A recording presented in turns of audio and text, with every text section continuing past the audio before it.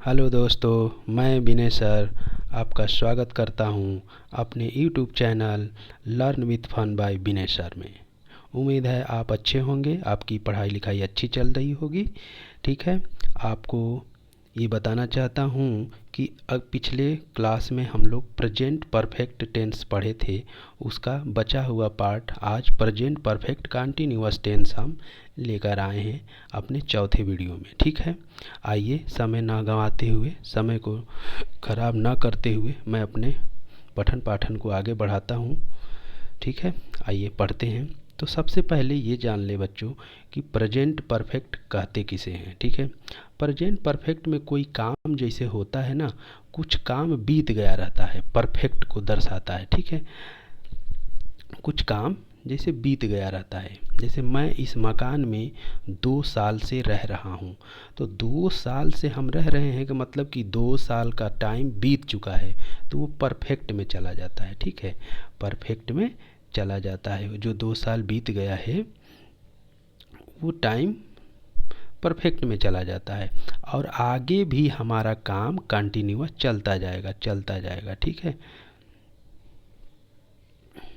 ठीक, तो हमारा आगे भी काम चलता जाएगा, इसीलिए इस टेंस को प्रेजेंट परफेक्ट कंटिन्यूअस टेंस कहते हैं। फिर से एक बार समझाने की कोशिश कर रहा हूँ बच्चों। जैसे मान लीजिए ये लाइन है, ठीक है, ये हमारा प्रेजेंट टाइम है। ठीक है, ये प्रेजेंट टाइम है, ये हमारा फ्यूचर टाइम है, ये हमारा पास्ट टेंस टाइम है। ठीक है, तो हमारे कहने का मतलब कि हम जिस मकान में रह रहे हैं तो 2 साल का टाइम ये बीत चुका है। ठीक है, तो ये आपका परफेक्ट टेंस में आ जाएगा। इतना हम काम कर चुके हैं, यानी हमारा इस मकान में रहने का टाइम इतना हो चुका है। ठीक है, और आगे भी कंटिन्यूअस है। ओके दोस्तों, तो इसीलिए इस टेंस को हम क्या कहते हैं, प्रेजेंट परफेक्ट कंटिन्यूअस टेंस। ठीक है दोस्तों, तो इसी वजह से इसको हम लोग बोलते हैं प्रेजेंट परफेक्ट कंटिन्यूअस टेंस। और दूसरी बात इसमें आगे और जान लें, अब इस टेंस को कैसे हम पहचानेंगे, कि मतलब ये जो टेंस हम हिंदी वाले वाक्य जो होते हैं इसको कैसे पहचानेंगे कि प्रेजेंट परफेक्ट कंटिन्यूअस टेंस है ये। देखिए, इस टेंस के वाक्यों के लास्ट में जो होते हैं ना, अंत में रहा है, रही है, रहे हैं, ऐसे शब्द आते हैं। अब आप कह रहे होंगे तो प्रेजेंट कंटिन्यूअस में भी आता है, लेकिन और एक अंतर होता है। इस टेंस में, प्रेजेंट परफेक्ट कंटिन्यूअस टेंस में टाइम दिया रहता है, फिक्स टाइम दिया रहता है, एक समय अंतराल दिया रहता है, टाइम ड्यूरेशन जिसको कह लीजिए, टाइम ड्यूरेशन। ठीक है, तो निश्चित टाइम के लिए आपको सिंस का प्रयोग करते हैं। क्या करते हैं बच्चों, सिंस का प्रयोग। और टाइम ड्यूरेशन के लिए जैसे 2 घंटा, 4 घंटा, 5 दिन, 10 दिन, 4 साल, 10 साल, इस तरह का ये टाइम ड्यूरेशन है, तो इसके लिए फॉर का प्रयोग करते हैं। किसके क्या करते हैं, फॉर का प्रयोग करते हैं। ठीक है, आपको अभी एग्जाम्पल से और क्लियर हो जाएगा, घबराइए मत, सारा व्यवस्था लेकर आया हूँ। ठीक है दोस्तों, तो आइए आगे देखते हैं। अब जैसे मान लीजिए इसका स्ट्रक्चर क्या होता है, किसी भी सेंटेंस को बनाने के लिए हमको स्ट्रक्चर की ज़रूरत पड़ेगी ना। तो स्ट्रक्चर जैसे इसका होता है, थोड़ा जगह कम पड़ गया दोस्तों, इसी में थोड़ा समझिए। जैसे देखिए, इसका हम वो कलर चेंज कर लेते हैं, तब थोड़ा आपको क्लियर दिखेगा। ठीक है, हाँ, तो जैसे देखिए ये हो गया स्ट्रक्चर में इसका सब्जेक्ट। ठीक है, सब्जेक्ट, उसके बाद से क्या, हैज हैव लगता है, हैज या हैव बीन, हैज बीन या हैव बीन, और वर्ब की फर्स्ट फॉर्म में आईएनजी, उसके बाद से सिंस या फॉर लगता है, फिर अदर वर्ड लगता है। ठीक है दोस्तों, तो ये रहा प्रेजेंट परफेक्ट का कंटिन्यूअस का स्ट्रक्चर।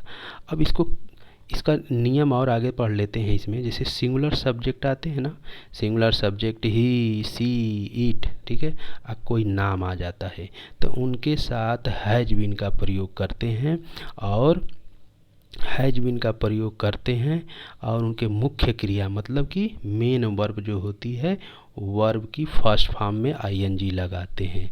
ठीक है, और अब प्लूरल सब्जेक्ट जब रहता है तो क्या करते हैं दोस्तों, प्लूरल सब्जेक्ट जब रहता है तो प्लूरल सब्जेक्ट के जैसे आई, वी, यू, दे, ऐसे शब्द आते हैं, प्रोनाउंस आते हैं, सब्जेक्ट आते हैं सेंटेंस में, तो इसके साथ हेल्पिंग वर्ब जो होती है हैव बीन का प्रयोग करते हैं, ठीक है। और मेन वर्ब की फर्स्ट फॉर्म में आईएनजी का प्रयोग करते हैं, ठीक है दोस्तों।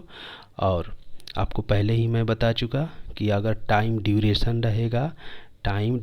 रहेगा तो क्या लगेगा, फॉर का प्रयोग करेंगे। और निश्चित टाइम यानी फिक्स टाइम रहेगा, जैसे कि 2010 से इस मकान में हम रह रहे हैं, ठीक है। वह सुबह से मैच खेल रहा है, वह 3 बजे से पत्र लिख रहा है, ठीक है।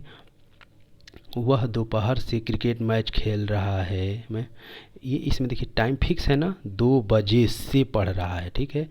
अगर इसे बोल दिया जाए 2 घंटा, तो 24 घंटा में कोई 2 घंटा होगा, हमें क्या मालूम कि 10 से 12 है कि 12 से 2 है।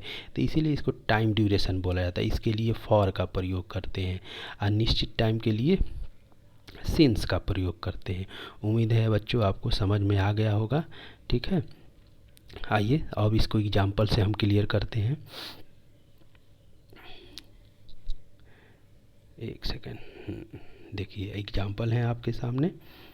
अब देखिए इसमें, देखिए जैसे मोहन जो है 2 घंटे से पत्र लिख रहा है, तो Mohan has been writing a letter for 2 hours, ठीक है। अब ये 2 घंटा दिया है बच्चों, देख रहे हैं, ये 2 आवर टाइम ड्यूरेशन है। अब पता ना 8 से 10 तक लिखा है कि 10 से 12 लिखा है कि 12 से 2 तक लिखा, हमको पता है, कोई टाइम फिक्स है नहीं ना, तो इसीलिए इसको टाइम ड्यूरेशन बोला जाता है, ठीक है। अब अगला एग्जांपल देखिए, तुम अपना काम 3 बजे से कर रहे हो, तो you have been doing your work since 3 o'clock। देख रहे हैं 3 बजे से बोल रहे हैं भैया, तो 3 बजे से ये बोल रहे हैं, तो यानी फिक्स बता दिए, 3 बजे से फिक्स बोल दिए ना। ये जैसे अब यहाँ 3 बजता है, तो यहाँ से फिक्स टाइम हो गया, इसी वजह से इसको फिक्स टाइम बोलते हैं, तो इसे यहाँ पे सिंस लगता है, ठीक है दोस्तों। आगे देखते हैं। फिर उसके बाद से, मैं इस कक्षा में 4 साल से पढ़ रहा हूँ, ठीक है।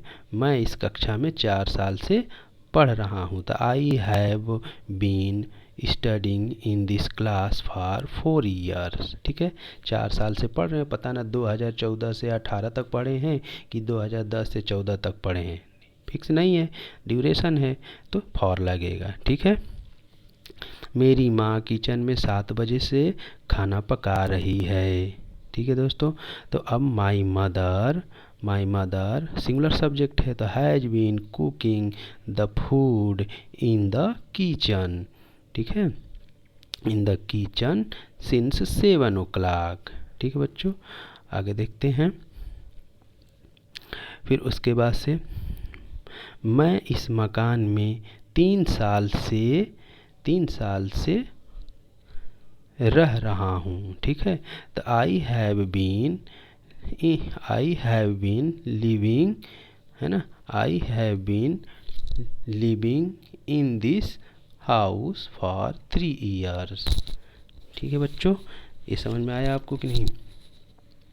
उसके बाद से इसका स्ट्रक्चर देख लीजिए, फिर से इसका स्ट्रक्चर देख लीजिए, एक सेकेंड। हाँ देखिए स्ट्रक्चर देखिए, सब्जेक्ट, हेल्पिंग वर्ब, ठीक है, हैज हैव बीन, ठीक है।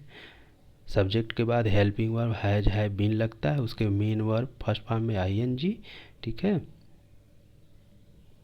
उसके बाद सिंस या फॉर प्लस अदर वर्ड लगता है बच्चों। ये स्ट्रक्चर आपको याद होना चाहिए बच्चों, नहीं तो फिर कोई मतलब नहीं है, ठीक है। तो ये एकदम निश्चित याद रखिएगा, helping verb plus main verb कैसे लगता है, ठीक है। आइए इसका हम अगला देखते हैं, ठीक है। ये रहा निगेटिव सेंटेंस, ठीक है। अब निगेटिव सेंटेंस में देख लीजिए, ये है निगेटिव सेंटेंस। इसका स्ट्रक्चर देख लीजिए, सब्जेक्ट प्लस हैज बीन या हैव बीन सब्जेक्ट के अनुसार लगेगा, और वर्ब की फर्स्ट फॉर्म में आईएनजी सिंस फॉर लगेगा, ठीक है। निश्चित टाइम रहेगा तो सिंस लगेगा, अनिश्चित काल रहेगा तो मतलब कि टाइम ड्यूरेशन रहेगा तो क्या लगेगा, फॉर का प्रयोग होगा, ठीक है। आइए एग्जाम्पल से देखते हैं। मैं इस विद्यालय में 2012 से नहीं पढ़ा रहा हूँ। बच्चों ये नहीं शब्द जो है छूट गया था, इसीलिए ऊपर लिखा हूँ, ठीक है, ध्यान से देखना। तो इसमें क्या होता है स्ट्रक्चर में बच्चों, थोड़ा सा आपको यहाँ एक बार और बताना चाहता हूँ, ये सब्जेक्ट प्लस हैज बीन होता है ना, तो इसके बीच में नॉट का प्रयोग करते हैं। देखिए लगाया हूँ, लिखना भूल गया था मैं, नॉट का प्रयोग करते हैं। हैज बीन और हैव बीन के बीच में नॉट लगता है, ठीक है बच्चों। तो आइए देखते हैं आगे। अब इसमें देखिए नहीं लिखना भूल गया था, ठीक है, तो देखिएगा, क्षमा चाहता हूँ, ठीक है। तो I have not been teaching in this school since 2012, ठीक है दोस्तों।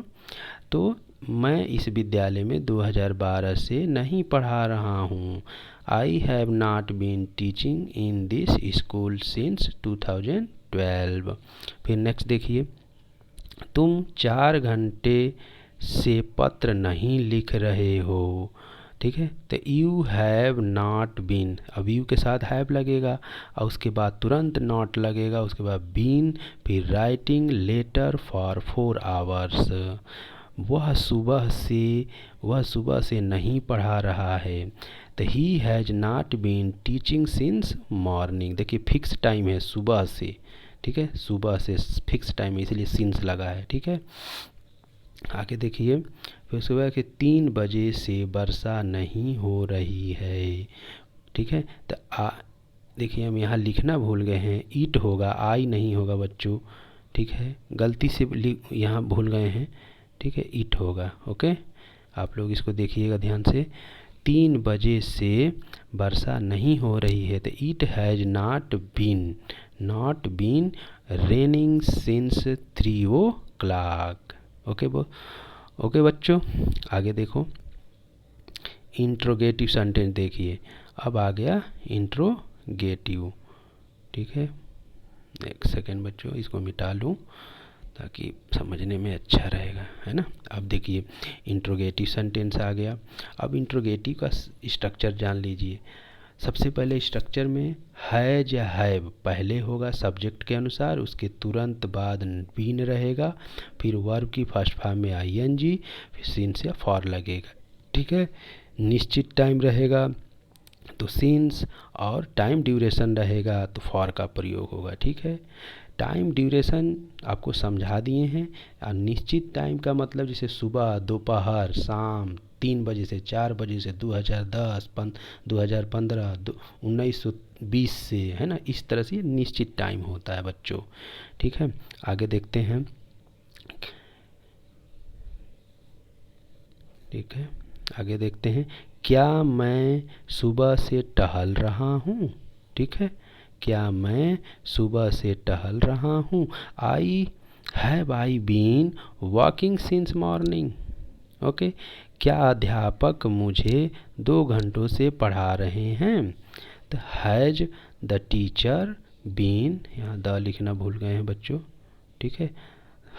Has the teacher been teaching me for 2 hours, ठीक है। आगे देखते हैं, क्या तुम मई से दिल्ली में रह रहे हो, ठीक। तो have you been living in Delhi since May, ठीक है। राम कमरा में 2 घंटे से क्या कर रहा है। देखिए बच्चों ये थोड़ा सा अलग आ गया। अब ये क्या शब्द बीच में आ गया, पहले क्या था, पहले आ रहा था, तो इसके लिए हेल्पिंग वर्ब पहले आ जा रही थी। अब क्या शब्द बीच में आ गया, तब इसकी इंग्लिश क्या हो जाएगी, अलग हो जाएगी बच्चों। इसकी अंग्रेजी व्हाट लगेगी, क्या लगेगी, व्हाट। तो इसको WH टाइप वर्ड मतलब इंट्रोगेटिव वर्ड बोलते हैं, ठीक है, इंट्रोगेटिव सेंटेंस बोलते हैं। तो जैसे what has Ram been doing in this room for 2 hours, ठीक है।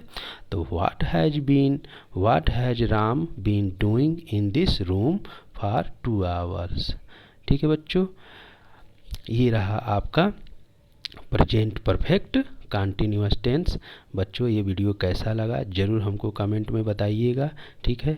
और इसको ज़्यादा से ज़्यादा शेयर करिएगा प्लीज़, आपसे ये रिक्वेस्ट समझ लीजिए। आपके लिए इतना हम मेहनत करते हैं बच्चों। और दूसरी बात, आप एक्सीलेंट की बुक खरीद कर ज़रूर उस पर प्रैक्टिस करिए बच्चों, इतने से काम नहीं चलेगा। यहाँ तो आपको केवल कॉन्सेप्ट बताया जा रहा है बच्चों, ठीक है। ठीक है, उम्मीद है आपको समझ में आ गया होगा, ठीक है। धन्यवाद।